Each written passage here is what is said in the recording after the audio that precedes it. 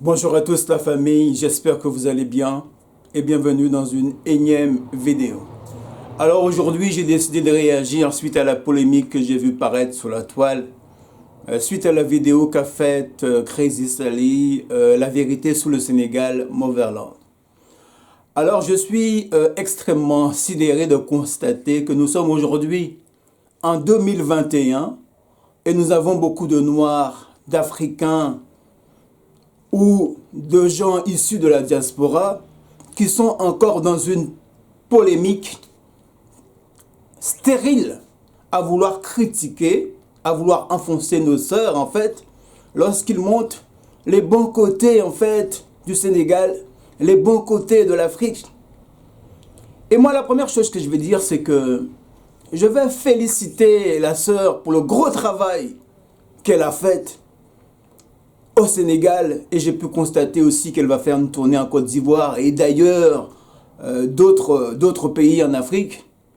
Je vais la féliciter pour le travail qu'elle fait parce que je pense que lorsque nous avons une sœur qui nous fait voir le pays, visiter le pays et nous amener la culture, la connaissance, la gastronomie, vivre le pays, je pense que c'est du pain béni qu'elle ramène dans nos cœurs.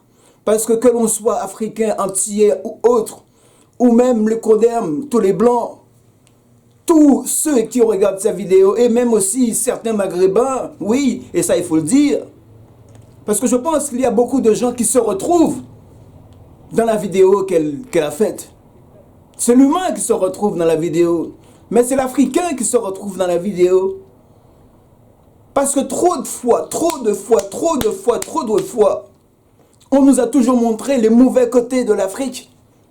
Comme si l'Afrique se limitait à montrer les cocotiers, la pauvreté, la misère. Et pour une fois, nous avons quelqu'un qui montre les bons côtés de l'Afrique, les bons côtés du Sénégal, les merveilles du Sénégal, les merveilles de la Côte d'Ivoire, le désert, les gens, la gentillesse des gens. Et nous avons encore des gens, nos frères, enfin des soi-disant frères, qui ont cette méchanceté, cette jalousie de nous parler de la sœur en fait, comme si ça les dérangeait en fait. Et moi je vais dire ce que je pense de cette affaire-là, de cette fausse polémique, parce que j'estime que c'est une fausse polémique. J'estime que c'est de la pure jalousie en fait. C'est de la pure jalousie. Moi, ce que je pense de cette affaire-là, c'est qu'il y a beaucoup de gens qui se disent, oui, avoir le monopole, de façon à dire que oui, que c'est nous qui devrions et qui avons le droit de représenter dignement le continent. Et lorsqu'ils voient une sœur, en fait, qui soit à moitié camerounaise et à moitié marocaine, eh bien, nous avons beaucoup de frères à nous qui ne comprennent pas en fait, qui sont dans une espèce de jalousie, ou peut-être dans une espèce de maladie en fait, je ne sais pas si c'est une maladie, de dire que bon, qu'ils estiment qu'il n'appartient pas à cette sœur-là, qui serait métisse, de montrer l'Afrique, de représenter peut-être même l'Afrique. Ça les dérange. Ça les dérange de voir que la sœur fait une vidéo qui fait plus d'1 million de vues sur Instagram, et plus de 400 000 vues sur YouTube. Eh bien oui, pour tous ceux qui sont certains et qui se disent représenter le continent et qui n'arrivent pas à faire le travail que fait la sœur, eh bien ils se retrouvent dans une espèce de jalousie stérile, maladive, même je dirais dramatique, pour nous et aussi pour la sœur. J'ai envie de dire à tous ces gens-là, et aussi à quelqu'un là que je ne vais pas citer, qui faisait des vidéos, en fait, qui continue à faire des vidéos en nous disant toujours, oui, vous savez, les métisseurs, les métisseuses, comme si, quelque part, ceux qui seraient des métis n'auraient pas le droit de représenter. C'est ça, les vrais problèmes, en fait.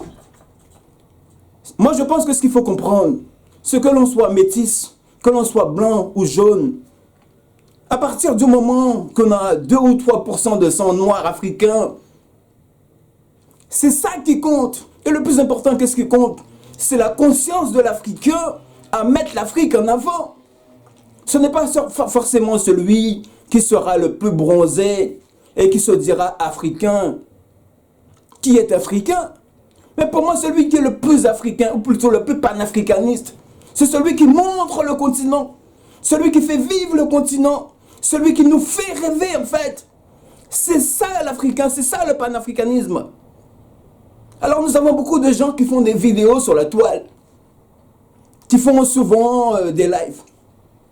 Mais comme c'est curieux, comme c'est paradoxal, on ne les voit jamais en Afrique. On ne les voit jamais se bouger en Afrique. On ne les voit jamais aller au contact des gens en Afrique. Et moi, ce que j'ai aimé vraiment avec Crazy Sally, c'est de montrer que non seulement qu'elle voyage, qu'elle va en Afrique, mais elle est au contact avec les gens. Elle est au contact avec les Africains. Et elle ne fait aucune différence. Suivant que tu sois sénégalais, ivoirien, ou je ne sais pas, congolais, ou peu importe. Et il y a quelques mois auparavant, rappelez-vous, elle avait fait son voyage en Martinique. Cela veut dire que quoi?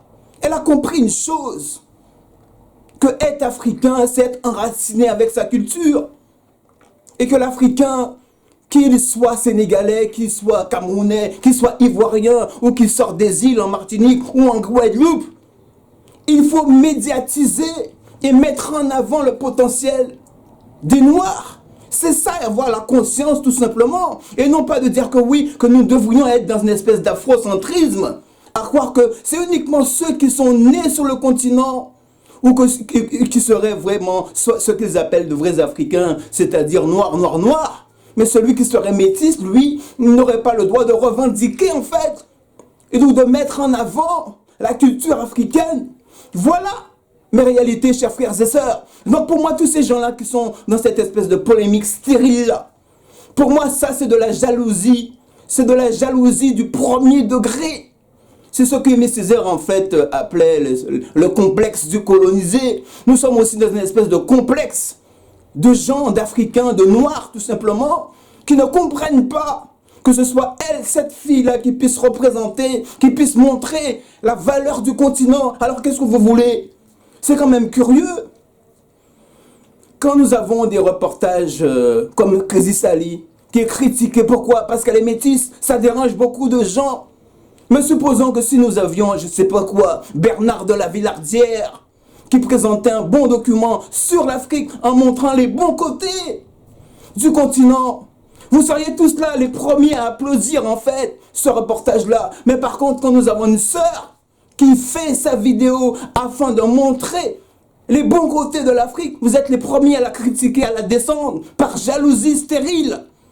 Je dirais à tous ces frères-là, sortez de vos complexes.